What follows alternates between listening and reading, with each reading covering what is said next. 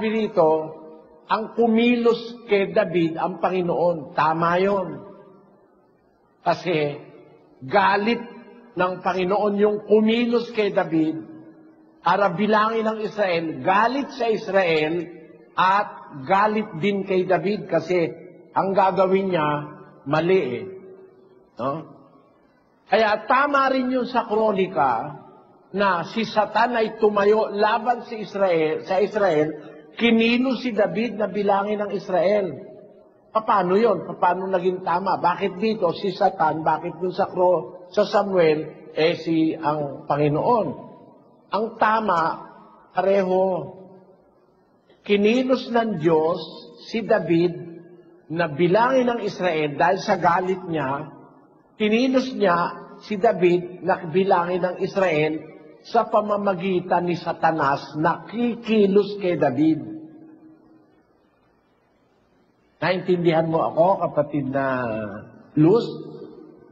Opo, Brother Eli, ganoon po pala. Dahil nga nagalit ang Diyos sa Israel, gumagawa sila ng masama, nagalit din naman ang Diyos kay David dahil bakit niya gagawin yon na parang gusto niya, parang may glory na siya sa sarili niya dahil marami siyang nasasakupan.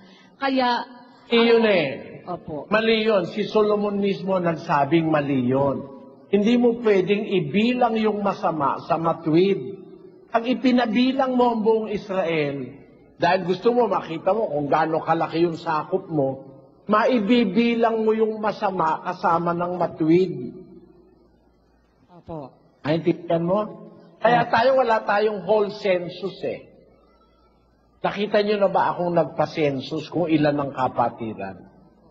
Hindi. Hindi ko gagawin yun. May lesson sa Biblia. Hindi mo pwedeng ibilang yung masama sa matuwid.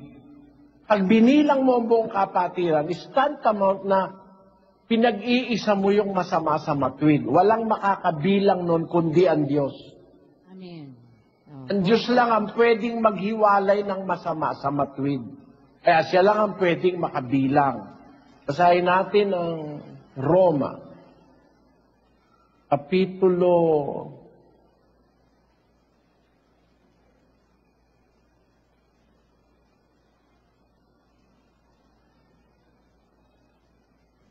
8. Agal. Alam mo, hindi. Uy. Alam mo yung hinahanap mo? Ha?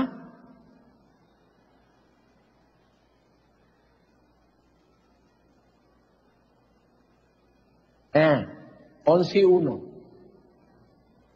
Sinasabi ko nga, itinakwil baga ng Diyos ang kanyang bayan? Huwag nawang mangyari, sapagkat ako man ay Israelita, sa binhi ni Abraham, sa angkan ni Benjamin. Hindi itinakwil ng Diyos ang kanyang bayan na nang una pa'y kinilala niya.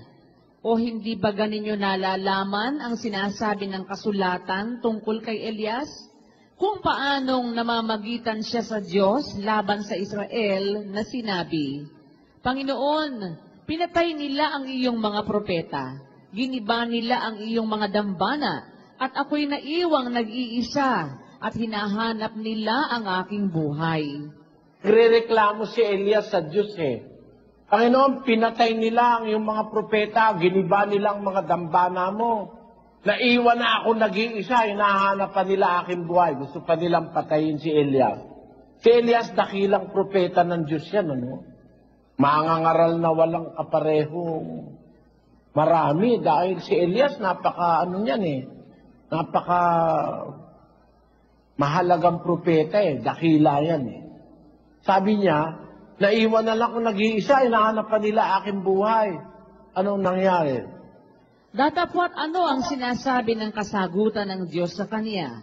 Nagtira ako sa akin ng 7,000 lalaki na hindi nangagsiluhod kay Baal.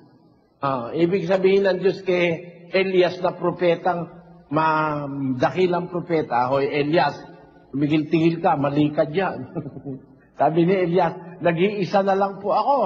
Pinatay na nila lahat ng mga propeta mo. Ako na lang mag-isa. Siya na lang ang propetang mag-isang natitira.